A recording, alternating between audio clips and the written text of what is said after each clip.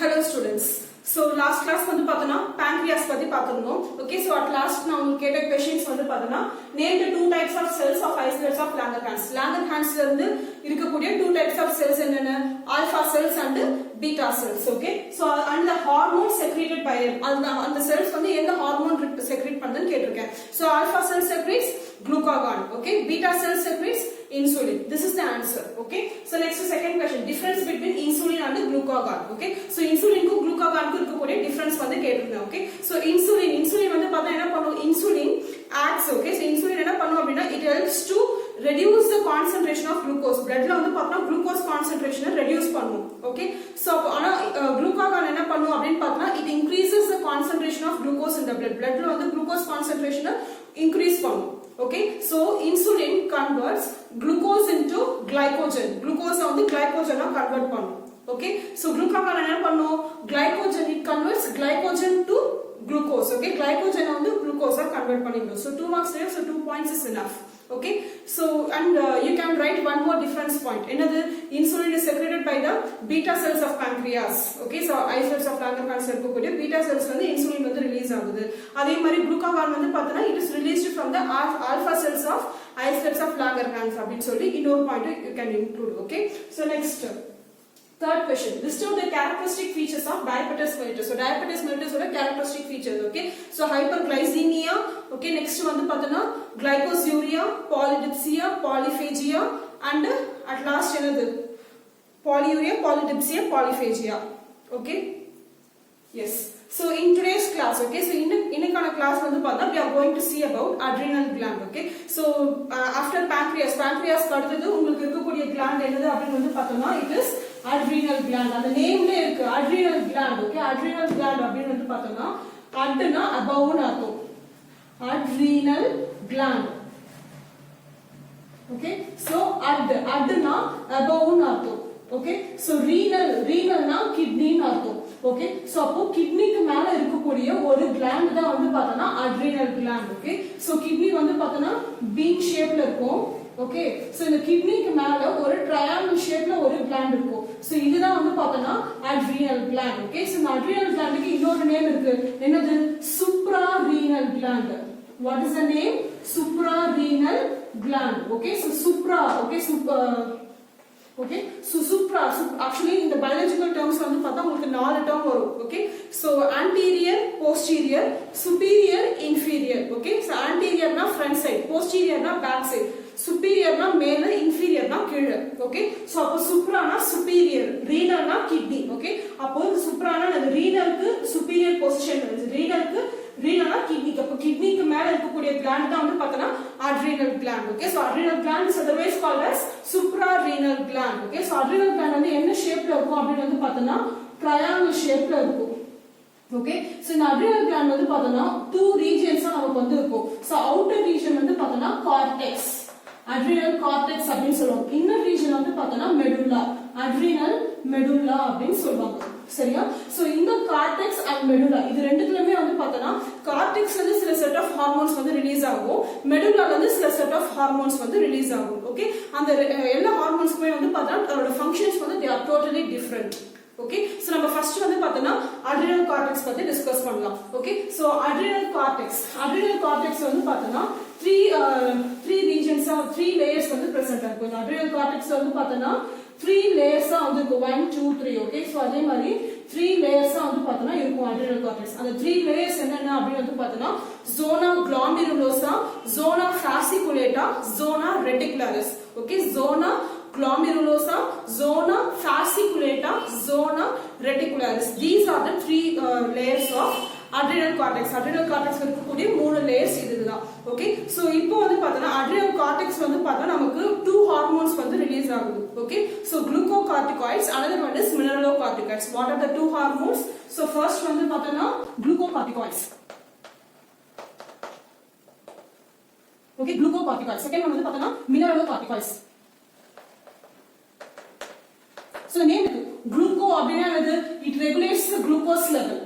mineralocorticoids glucocorticoids அப்படின்னா என்னது, இந்த நேம்ல இருக்கு மினரல். அப்போ நம்ம பிளட்ல இருக்கக்கூடிய மினரல் அயான்ஸோட லெவல்ல வந்து ரெகுலேட் பண்ணக்கூடியது வந்து பார்த்தீங்கன்னா இந்த mineralocorticoids. Okay, so glucocorticoids contains two more secretion. Okay, so cortisol and corticosterol. Cortisol and corticosterol. Okay, so இந்த cortisol and corticosterol இதோட functions என்ன அப்படினு வந்து பார்த்தோம்னா, so இது வந்து பார்த்தா நம்மளோட செல்ல இருக்கக்கூடிய மெட்டபாலிசம் வந்து கண்ட்ரோல் பண்ணும். ஓகே, அதே மாதிரி கிளைகோஜனை வந்து பார்த்தா குளுக்கோஸா கன்வெர்ட் பண்ணும். ஓகே, சோ ஆல்ரெடி இந்த கிளைகோஜனை குளுக்கோஸா கன்வெர்ட் பண்றது இது வந்து பார்த்தோம்னா ஆல்ரெடி நம்ம பார்த்த pancreatic endocrine hormonesலயுமே நம்ம வந்து பார்த்தோம். ஓகே, சோ ஃபார்மேஷன் ஆஃப் குளுக்கோகானோட ஃபங்க்ஷனும் இதே ஃபங்க்ஷன் தான் வரும்.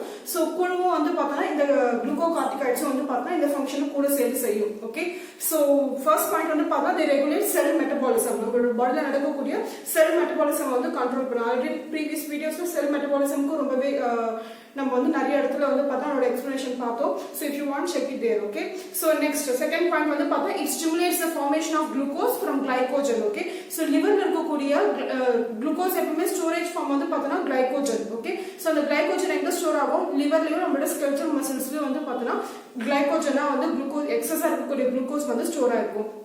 அப்படி லிவர்ல ஸ்டோர் இருக்கக்கூடிய கிளைகோஜன் வந்து பார்த்தோம்னா நமக்கு திரும்பவும் குளுக்கோஸா கன்வெர்ட் பண்ணி பிளட் ஸ்ட்ரீம் வந்து ரிலீஸ் பண்ணிவிடும். இந்த what is that, in the glucocorticoids. Okay, so next third point, it's a very very important point. Okay, so it is an anti-inflammatory and anti-allergic agent. Okay, so it is an anti-inflammatory. What is inflammatory?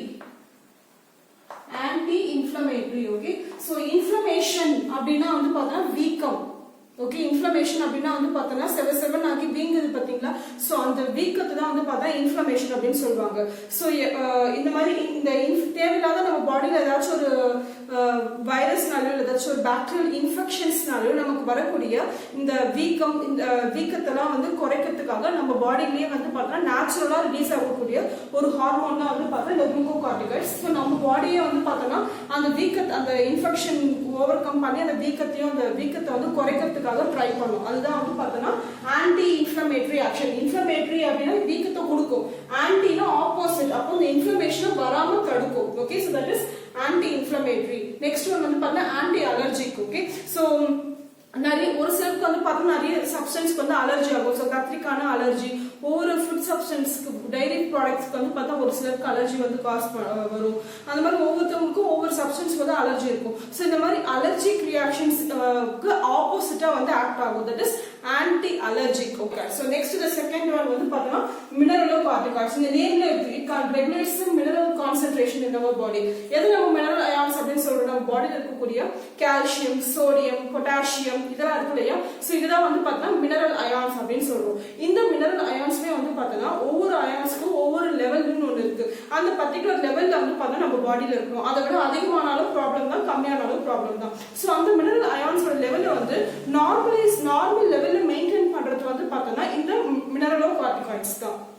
Okay, so அதெல்லாம் பண்ணிட்டு பாருங்க, it helps to reabsorb sodium ions from the renal tubules. Okay, so renal tubules அப்படினா so கிட்னில nephron அப்படின்னு சொல்லிட்டு ஒரு செல் இருக்கும். So that is கிட்னியோட நம்ம எப்படி நம்மளோட பாடியில வந்து பார்த்தா ஃபங்க்ஷன் யூனிட் செல்னு சொல்றோமோ அதே மாதிரி கிட்னியோட ஃபங்க்ஷன் யூனிட் வந்து பார்த்தா nephron அப்படின்னு சொல்லிட்டு. So இந்த nephronல தான் வந்து பார்த்தா ஒவ்வொரு நிறைய மில்லியன் கணக்கான nephron செல்ஸ் இருக்கும். இந்த nephron செல்ஸோட டியூப்ல தான் வந்து பார்த்தா யூரின் வந்து nephron செல்ஸ்ல தான் நமக்கு யூரின் வந்து ப்ரொடியூஸ் ஆகும். சரிங்களா, இந்த nephron செல்ஸ்ல ரீனல் டியூபியூல் அதாவது ஒரு டியூப் மாதிரி போகும், அதுதான் இந்த ரீனல் டியூபியூல் அப்படின்னு சொல்றாங்க. மினரலோகார்டிகாய்ட்ஸ் அந்த யூரின் நிறைய ஃபில்டர் பண்ணுது பாத்தீங்களா, சோ அந்த யூரின் வந்து பார்த்தா கூடவே மினரல் அயான்ஸும் நிறைய சேர்த்து ஃபில்டர் பண்ணும். சோ எது வந்து தேவையான மினரல் அயான்ஸோ எதெல்லாம் நார்மல் லெவல்ல நம்ம பாடியில ரொம்ப எசென்ஷியல் மினரல் அயான்ஸோ அது எல்லாத்தையுமே வந்து பார்த்தா கிட்னில இருந்து திரும்பவும் ரீஅப்சார்ப் பண்ணி பிளட் ஸ்ட்ரீம்க்கு வந்து கொண்டு வரும். Okay, so next second point வந்து பாருங்க, it causes increased secretion of excretion of potassium ions. நம்ம பாடியில சோடியம்,